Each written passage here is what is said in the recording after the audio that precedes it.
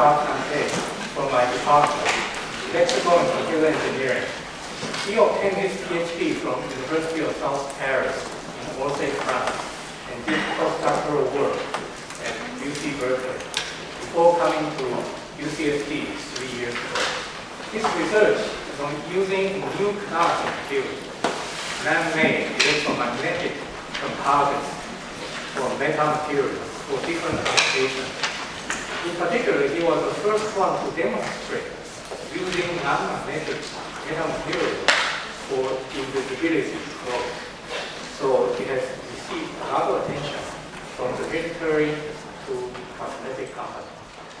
So, without further ado, let us welcome Professor Kante. Yeah. You said that I need to use this one. This is for the video. Oh, yeah, I see. Yeah. Okay. So good morning, everyone. So welcome to UCSD and thank you for being here. So I'm Boubacar Kante from the EC department here at UCSD, and I want to tell you about seeing. Okay, so do you see me? Yes. Do you know why? Light. Okay, if we turn off light, you won't see me anymore, right? So this is what I want to tell you about today, and we can do about a lot of things about seeing. We can modify what things look like. And I can see a dog and transform the dog into a cat. So that sounds like magic, but you will see that it is actually not very complicated. So this is what we'll be discussing today. So these last few days, we are very interested in nanomaterials. You know, a few centuries ago, people have built big buildings. You know, if you go to Europe, France, and many other countries, we see all these amazing buildings. I mean, you just have to go to Egypt to see all these huge buildings, and you are very surprised. How were they able to build such things a long time ago?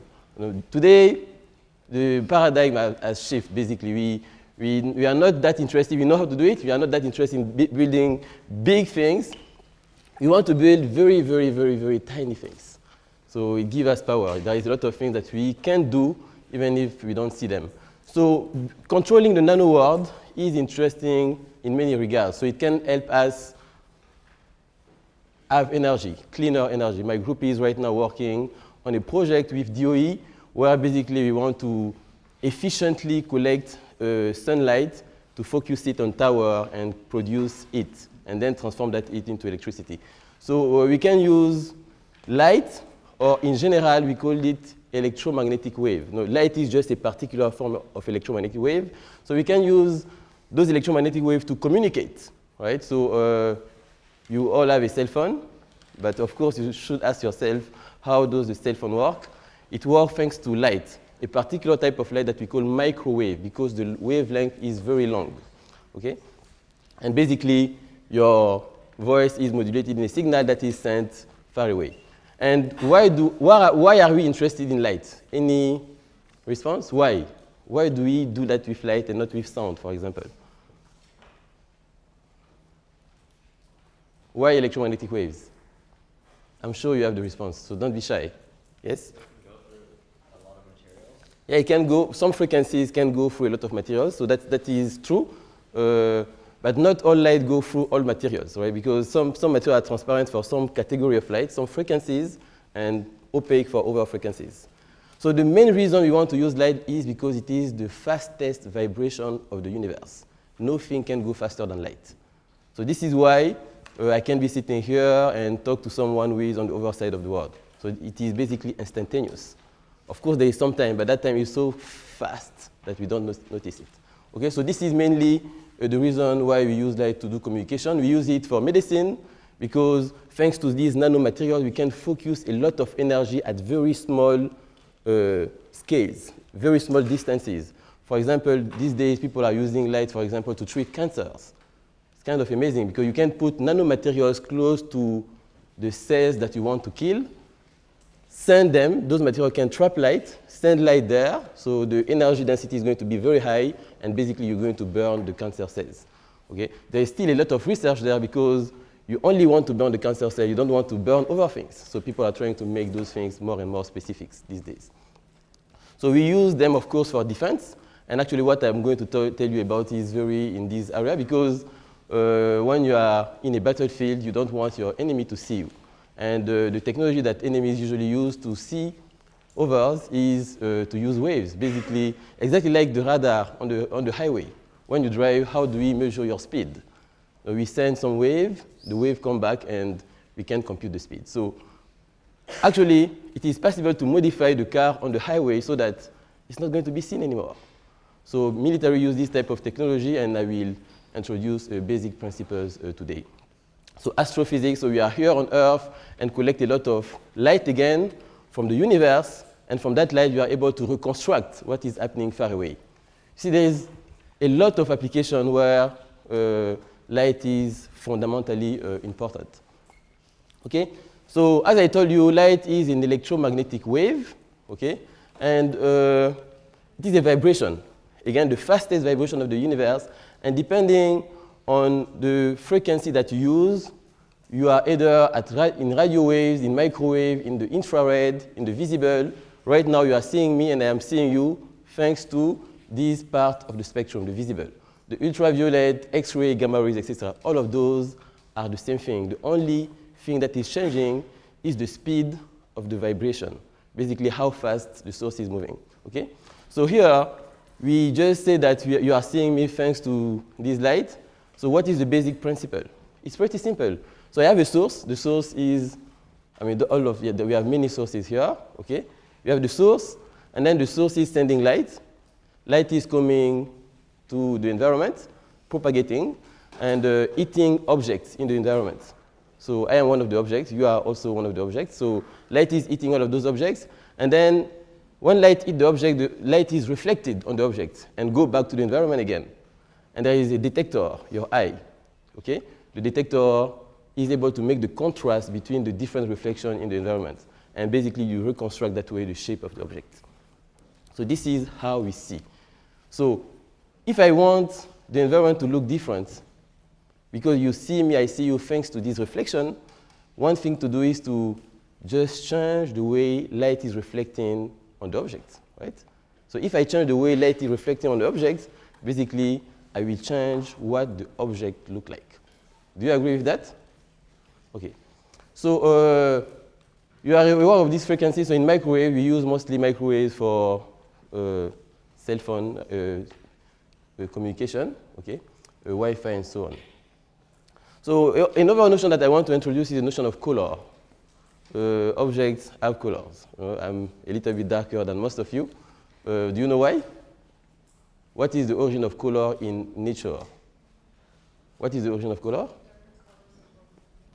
Okay, that's perfectly true. So objects have color because they can absorb some frequencies and not others, right? So if you are red, it's just because you absorb everything but the red. So there are many types of color in nature, and mostly you are mostly aware of color due to pigments, for example, paints, right? But there are other types of color that you are not necessarily aware of, and that are actually due to structuring, basically due to some nano materials that have some shape, and thanks to that shape, you can actually give color to the object. And that has nothing to do with the color that you see in paints, for example. Okay? So for example, if you take this butterfly, you think that there is someone who painted the butterfly?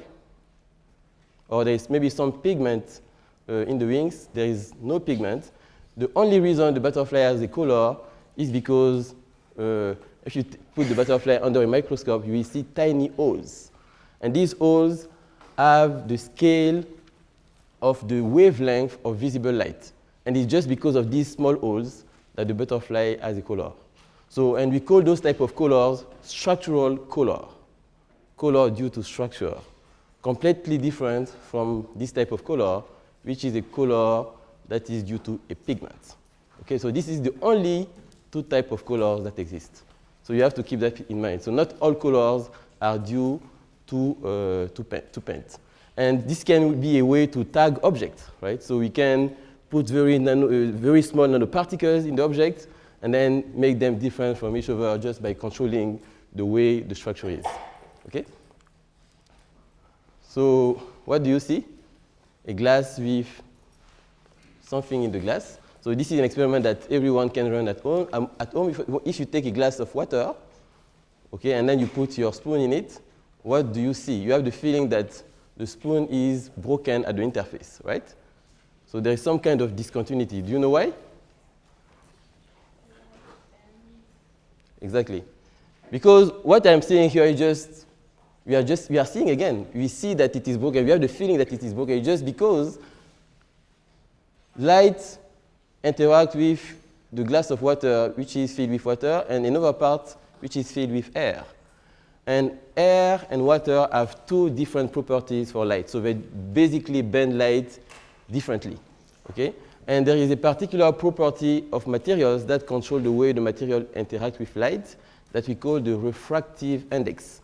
Refractive index, basically the ability of the material to bend light. So the higher the refractive index, the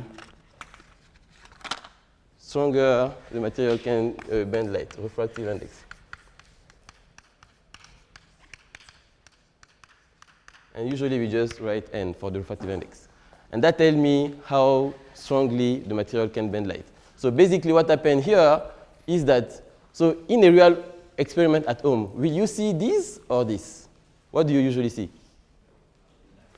The last one? Wow, you guys are all physicists. You see things and you keep them in mind. So indeed, this is what you will see. You never see this. So this is due to the fact that the refractive index of water is higher than the refractive index of air. So you have the feeling when you see this shape, basically the way light is reflected make it look like there is a discontinuity at the interface. But in reality, there is no discontinuity, right? I will show you another example. If there is something, this is just an illusion effect.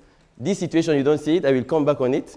The only reason we see always this situation is because the refractive index of water is a positive quantity. And actually, the refractive index of most material in nature is always positive. So this N is a positive quantity. It is 1, 2, 3, 4, but it is usually not -1, -3.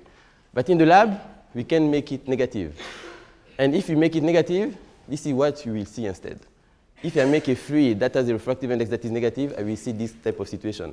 And this has a lot of fundamental implication because, for example, using this type of way to bend light can help me make lenses that have a super ability to see very small things. But we will not discuss that today.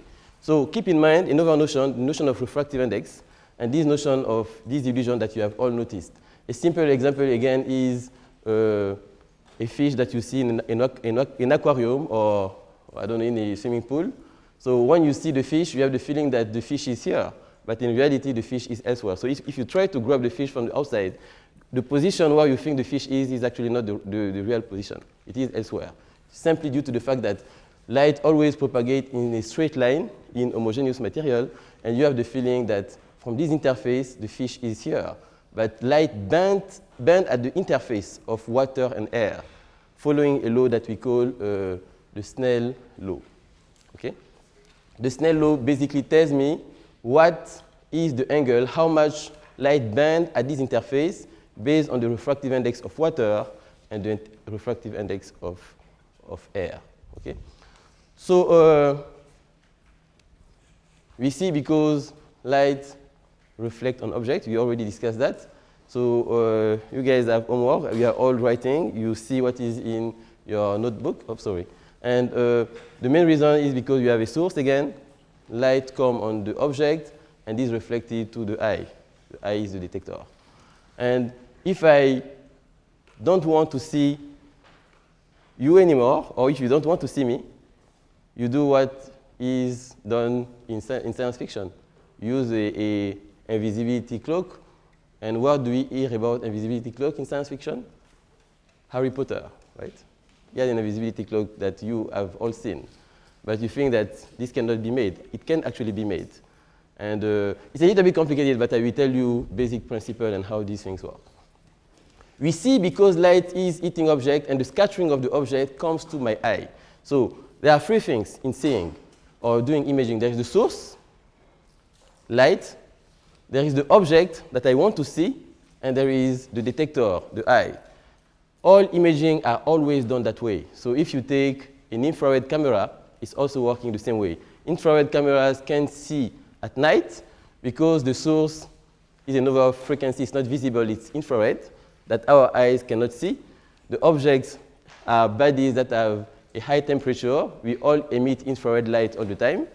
So the object is basically us, and the eye is the infrared camera that can also reconstruct the scene based on the source, the infrared source, the object, and the detector.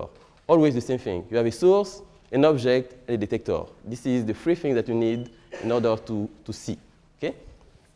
Now, if I want to modify what things look like, what do I have to do? Basically make an invisibility cloak. Right? I need to put a kind of mantle around the object so that that object will not be there anymore. So I have to prevent this light ray that is coming on the object from reflecting on the object. Right? This looks a little bit complicated, but I can maybe draw a simple illustration and we come back on it. So there is a source, right? There is a source here, an object that is here, and someone here that I want to see. Okay? So if I have a wall and the source is here, no light is going to pass. Light will come, hit the object, and come back.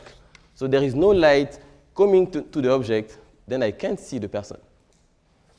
Now if I remove everything, I remove the obstacle, now I'm going to see the person because light will come, hit the object, and then come back to the detector. And I will be able to see the object again. Third situation, I have an object here that is preventing me from seeing this person. And what I want to do is to have light rays come on the object, move around the object, and still reach the person that I want to see. But this is usually not the case because light always goes in straight line in homogeneous environment. Right? So this is a fundamental principle. Light always takes the shortest path between 2 points. And the shortest path between 2 points is a straight line. Right? But not always. The shortest path is not always a straight line. Do you agree? Yeah. Okay, you agree why? For example, when you go on an airplane, it takes like a curved path. Very good. Very good. When you take, you take the geometry of a sphere, okay? When you are on the surface of a sphere, the shortest path between 2 points on the sphere is not necessarily a straight line. You have to follow some latitude or longitude in order to reach the points. So this is a perfect and very good response. So with that in mind, in materials, how do I emulate this type of geometry? So for light coming in a given material, the reason that light is going to take a straight path is because the property of the material is the same everywhere. So the material is, we can say, flat. It's not like the sphere. The sphere is not flat. This is why the shortest path is not a straight line. So environments that are flat, and most of the time, most of the environment actually flat, the shortest path is always going to be a straight line. So now I have to construct a material that is different, that does not have that flatness. And this is not that easy because in order to push light to move from this point and follow this type of trajectory, I have to engineer a very complex system and tell light that the shortest path is now this curved trajectory. And I have to make this happen for all rays. The overall rays that will come that way, we need to bend, and so on. So that all rays leaving the source reach the object and do not hit the obstacle. Okay? So that way, you see, there is some light moving from the object to the source or vice versa. So I can see, again, the person, despite the fact that I have this wall. So the whole question is how to construct this complicated shell around the obstacle, the object that you want to cloak, to make invisible. There are some theories, so I'm not going to discuss that, but the basic idea is exactly what I drew on the board. You see there are some light rays. Instead of hitting the inner part of this sphere, these rays are going to move around the sphere and still reach an object that would be here. If I didn't have this complex shell, light will come and hit the obstacle and come back, and I will not be able to see. How to construct this shell? So there is some theory behind that we will not discuss today, but we can calculate exactly what material to put here, and those materials are here. They are pretty complicated. They are not like air. They are not like water. They are not like silicon or glass. There are some complex structures that we can make in the lab. They are composite that we design with specific geometries, very small, at the nanoscale, and we can push light to follow this type of trajectories if we can implement this kind of materials. So this is the difficulty. And these materials, we call them metamaterials. So met is basically material with meta. Meta in Greek means beyond. So we can reach properties that do not exist in nature, but that can be constructed in the lab. Okay? So this is a calculation to tell you what happened. You see light propagate in straight lines. You see those are the wave fronts. It's flat. And you see that around the cloaking object, so the wave fronts are not flat anymore.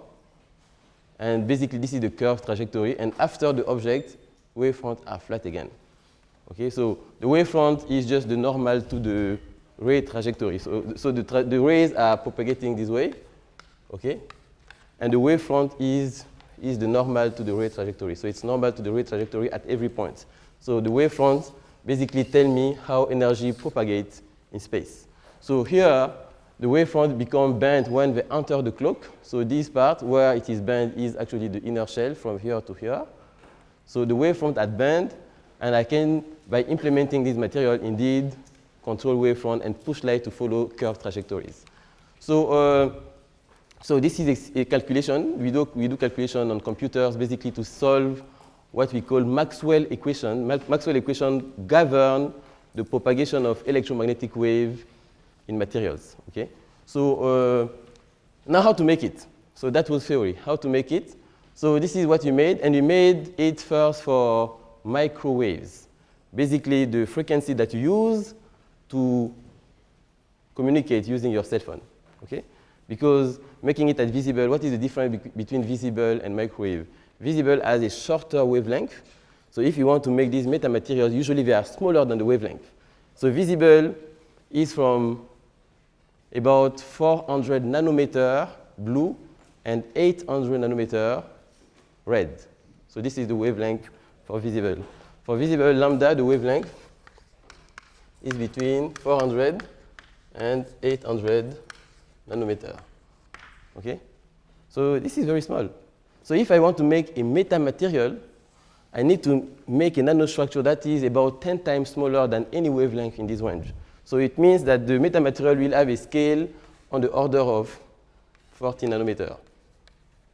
So this is, we can do it in the lab. Now we do those kind of things, but it's not easy. So to prove our principle, we decided to do it at microwave first.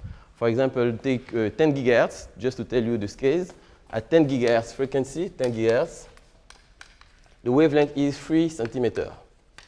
So if you want to make a metamaterial something about 10 times smaller than this, it's about 3. 10 times smaller than 3 centimeters is 3 millimeters. And that's easier to make. You know, we can use circuit board technology and construct things of this scale. So this is what we did. So we fabricated tiny metamaterial. In this system, there's many of them. You don't see them very well, but there are small shapes on this circuit board. We constructed 16,000 particles, assembled them together in this geometry, so that this material that you see here does exactly what is on the board. So light will come, go around, and continue its path. So this is what we constructed. So actually, I built this system during my PhD. And then, so you had to do an experiment. How do you do an experiment? I need to see the wave and actually prove that the wave is indeed bending in the material. Right? So, but this is microwave. Can I see microwaves? If you could see microwave, whenever your friend will be calling, you will see the wave moving from the phone and going to and see the trajectory of the wave. So unfortunately, we can't. We can't see microwave. But there are a lot of apparatus that we construct that can actually see microwaves. So, for example, I mean, all the antenna technologies, right? The antennas, if you go to a, you probably never saw an anechoic chamber. So it's a big room with absorbent everywhere so that we can do antenna type of experiment. And we can construct, you see here, this is a little antenna that can detect the microwave at every single point. So in order to see the wave in a given volume or a given surface, I just need to move the antenna, okay, and record the field everywhere. So that experiment takes some time because you want to reconstruct the field everywhere, especially here around the clock to prove that light is indeed bending. So after constructing this clock, we did an experiment. So first of all, look at this carefully. So you see those are the little resonator that I was telling you about, the little metamaterial, okay? And this is what happens again when I have an obstacle. For example, a metal. When you take a metal, light cannot go through a metal. Metals are usually, they obstruct any wave from propagating. And a simple example is the microwave at home that you use to warm up your food, right? The boundaries of your microwave are metallic, right? So the only reason is that you want to form a cavity to trap light. So there is a source, an antenna somewhere in your microwave, and then when you turn the microwave on, that wave starts propagating in this volume. And then what happens is that the wave will bounce back and forth at the boundaries of your metallic system. So it will bounce back and forth everywhere, okay? And this is because it cannot propagate after the metal. So the metal is a perfect reflector for waves. And your food is going to be sitting somewhere in the microwave. And then whenever the ray meets your food, some of the energy of the wave is transferred to your food. And this energy becomes heat. So this is how you eat your food at home, using electromagnetic waves. So basically, by sending light to a metal, so you see here the shade. It's very easy to see. I'm sitting here, standing here, you see there is some shade. The shade is simply because I'm obstructing some of the light from passing. So this is exactly what you see here. There is the metal, the source is somewhere here, and we see a shade. Now I put this invisibility, this Harry Potter cloak around the metal. There is no shade anymore. So thanks to this design, I have made effectively this metallic object invisible at this frequency. Okay, so this is how it is constructed. But of course, you still see me here, right? So there is a problem, it doesn't work. So does it work or it doesn't work? So I just show you here that the measurement was working. But here, you guys still see me. What is the problem? It is for microwaves, he said. Indeed, so it was not designed for the visible. So it was designed for microwave. This is why you still see me. So we know how to make this system at visible frequencies as well. Okay, but there are difficulties because the material that you need to make are extremely small.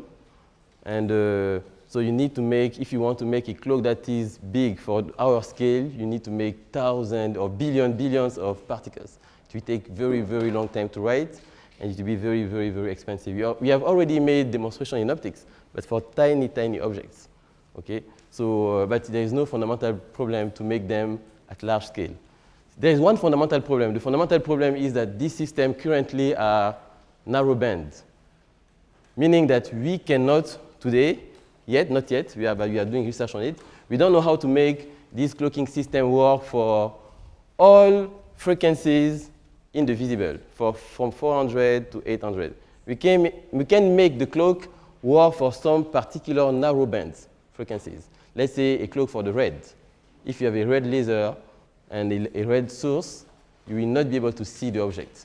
But if you have a white light source, which is what we have in this room, we have all these frequencies. It is not possible yet to make a clocking device working for all those frequencies. So this is the fundamental limitation right now. But on the highway, for example, if you wanted to clock your car, come to me, we can design a big clocking device for you. So you can drive at any speed. Nobody will catch you. So, but of course, those radar work at a specific frequency, right? So it's possible to clock the device. So this is one thing. There's another type of clocking that we do. Usually we do this one for visible, is that when I see an object sitting on top of a surface, like this chalk now on top of this surface, I see the chalk on the surface for the same reason. The reason is light is coming, hitting this object, and the scattering comes back to my eye because the scattering of these object is different from the scattering of the table. So this is why I see the object. Now, I can recover the object with something, a clock again, so that this something that I put on top of the object reproduce the scattering of the surface around the object. So in the end, the combination of this clock and the object will look like a flat surface again. So this is the basic principle. So we can make a clock that will hide any object on top of it, and we call it a carpet clock because it is like a carpet that you put on your room, and you can put anything below the carpet, but when people look at it, the carpet looks flat everywhere. So another example that I usually give, but that is not good, you should not try that one. So for example, you are driving on the street, there are regularly some bumps, right? So that you slow down. So basically, if I put one of these carpet on top of this bump, the bump will be there. But when you look at the street, you will have the feeling that the street is flat all the time. But that's not good because it will only increase the number of accidents, right? Because you won't see the bump, but the bump is actually there. So this is exactly this type of carpets. We make them again. So this is estimation. You see, this is what you see, what happened when I have this bump, okay? If I didn't have a bump, so basically a flat surface will have this type of scattering. When I have the bump, you see that the waveforms are distorted. And when I put my little metamaterial particle here, you see the wavefronts are flat again, exactly like in this situation. They are not bent like here. So we can also make this in the lab. And we are actually using this type of technology to do projects related to energy, make very thin sheet of material, and be able to focus the waves that we receive on a single point. So this is used, for example, in desert, right? So in the desert, so we have a lot of sun. So what we would like to do to have clean energy is to collect those rays and focus them on the tower and heat up a fluid, for example. So, but the problem right now is that the way they do that, effectively the sun doesn't move, but we have the feeling that the sun moves during the day. So the only way to focus these rays at this point is to have a parabolic mirror and follow the sun during the day. So we came up with a nanostructural system that does not need to follow the sun. So you will make a flat sheet of metamaterial particle, and you will always be able to focus light regardless of the position of the sun. So this is a project that we just received from DOE, and we're working on it during the next few years. So how much time do I have? 5 more minutes. So I think so this is a simple example. So, okay, so I was telling if you go to these stores who are selling very expensive diamonds, so every day at night to avoid, to protect their assets, they take them away and lock them, right? So because they're afraid that people see those very expensive things and might be tempted to take them. So we can make a clock, okay, that you just put on top of these things and they will disappear from sight. And this is actually very simple to make. So I will stop here and hopefully get a lot of questions from you. Thank you.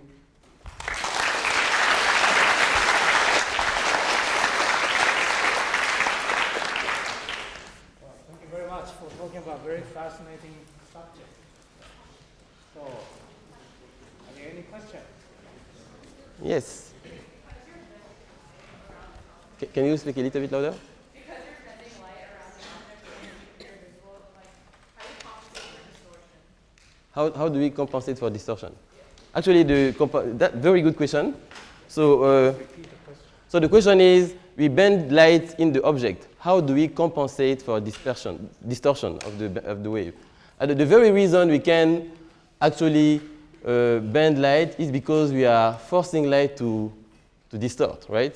And then what happened, you see here, we get a positive slope for light when it goes up, and when it's coming down, because we want to restore this straight trajectory, you put exactly the opposite distortion. So we give a positive distortion at the beginning and give exactly the opposite in the end so that we get what we had originally. So it's basically compensation by material property. Okay?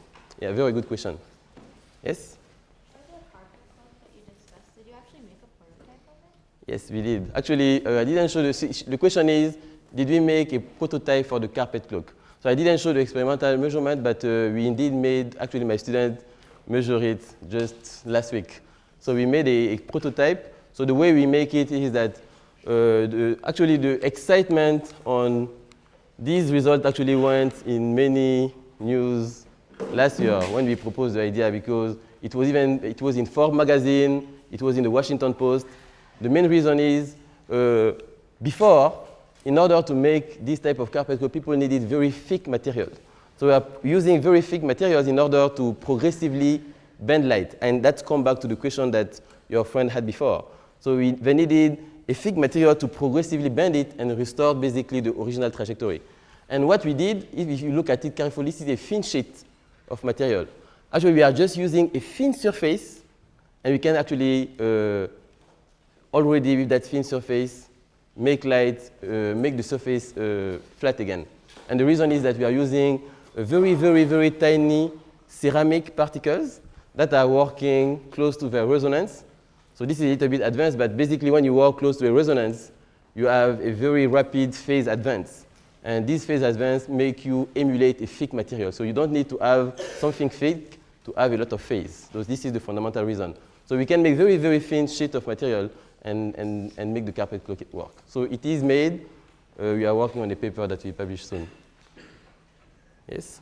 You mentioned using nanotech and electromagnetic waves to target cancer cells. Mm-hmm. Are you referring to like gold nanoparticles and the surface plasmon resonance? Oh, wow. These guys know a lot of things. Yeah, very, very good. So he's saying that I say that we can use nanoparticles to target cancer cells. And he's asking if I'm talking about gold nanoparticle and the so-called surface plasmon resonance. Oh, so I want this guy in my group. So, so indeed, so your friend knows a lot of things already, apparently. So when you take metallic materials have a lot of electron density, okay? So, and when you send light to those small metallic particles with a lot of electron density, the photons of light interact with the electron of the metal. And they create a new quasi-particle that we call surface plasmon. So those surface plasmon, because they are confined at the metallic boundary, can basically increase the intensity of light close to the metallic particle. So, and that intensity increase can be few order of magnitude. And this is what we use. We use those little metallic nanoparticles and bring them close to cancer cells, for example. I don't do that. I don't do a lot of biology in my group, but I work in collaboration with others. We design and they use it. So basically, those small metallic particles can be injected to cancer cells, and you send light, and then because they concentrate light so much that they burn the cancer cell. Okay? So, but there is still a lot of research, because when you inject those nanoparticles in a body, for example, so the particle will flow everywhere, right?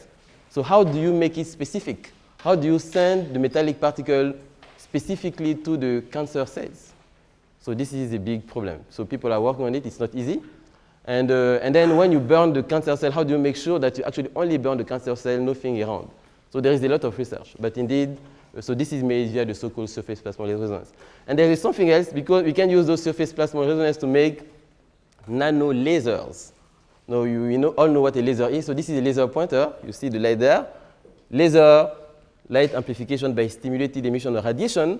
The main thing is that this is a coherent light, both in time and space. In space, because you see after this big distance, it is still a point. Usually, if you just take a lamp, light will spread everywhere, right? So, and in frequency also, in time, because it's a single frequency. So now, if you take a laser, so these lasers are good because they can focus energy in a small spot. So now we can use these surface plasmon ideas and make lasers that are extremely small. And imagine a very small laser. That means a lot of intensity from a small particle. So people are also thinking of using those nano lasers based on surface plasmon to burn the cancer cells as well. Yeah, very good question. So, yes? How does subject under the invisibility cloak see? Oh, very good question. Wow, very, very good question. So I will repeat the question. The question is, how does the subject under the invisibility cloak see? The response is the subject is blind. Okay? So So the reason there is reciprocity for light. So the reason I see you is because there is a ray of light that is coming from me to you, and vice versa is going from you to me, right? Light is going both ways. So if you don't see me, I don't see you. But there are a lot of tricks. So actually, this is also a little bit advanced. I decided not to present that today. We call them electromagnetic wormhole. We can allow some specific path from this object to the outside. So I can have an electromagnetic path from the inside to the outside that is one way. But this is a little bit difficult, and I don't want to discuss that today. We use some topological ideas, and using some magnetic material, it's possible to have light go only from one side to the other. So that way, I can decide whether the guy in the seat inside needs to see outside or vice versa, but still being invisible. This is a very good question also. I always get a very good question from these guys. Yeah, please don't be shy. You know, all questions are good, and we are here to exchange. Any other question? Yes? Would the cloak be visible though? So the question is, will the cloak be visible? No, the cloak will not be visible. So in fact, the object is visible. I see you. Now, when I put the cloak around you, the combination of the cloak and you is as if nothing was there. So I will look at you. I will not see the cloak. You will not see me based on the question that you was just posed, but I will see everything behind you. So this will be like just a void in space. So the cloak will not be visible. But of course, if I move my hands, I can't feel that something is there. But when I look, I don't see anything. Okay? Yes? Do you think mass production of the cloak could ever be economically? Good. So mass production of the cloak and the economy of the mass production. Very good question also.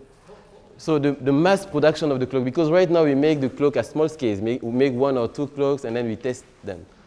Yeah, you guys are so smart. My God, these guys asked like the right question. So this is part of the project that I have with DOE because we are transposing some of these ideas to energy, right?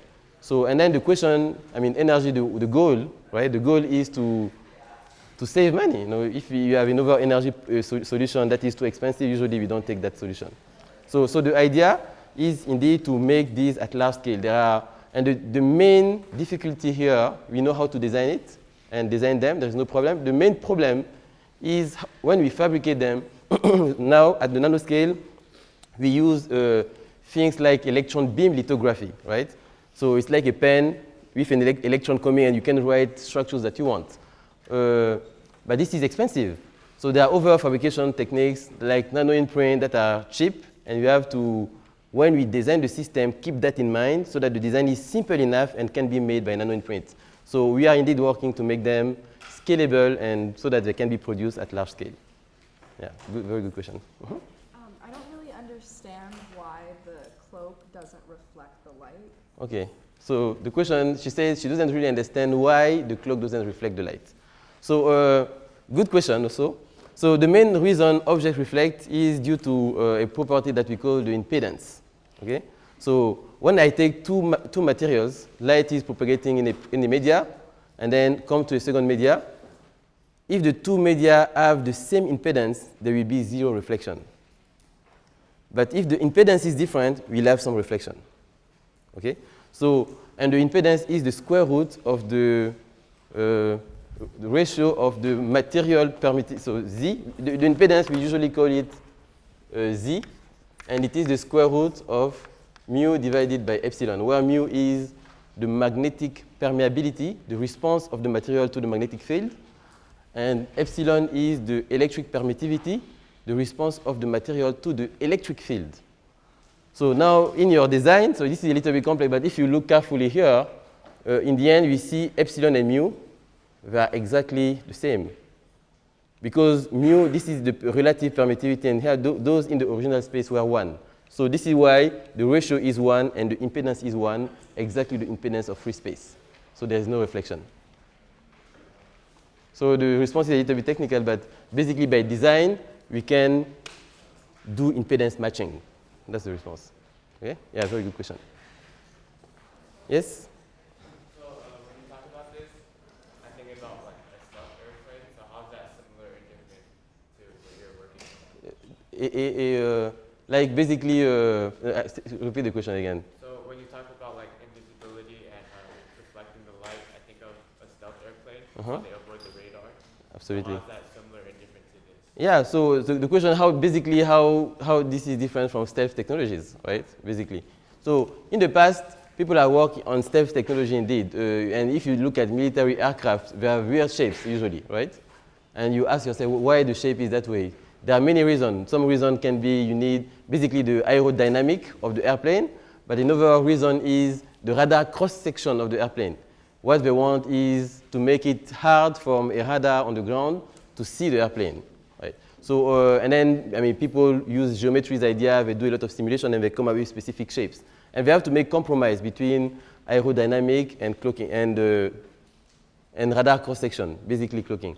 But those cannot cancel completely the scattering of the object. So what they were doing before is that they are trying to minimize the scattering.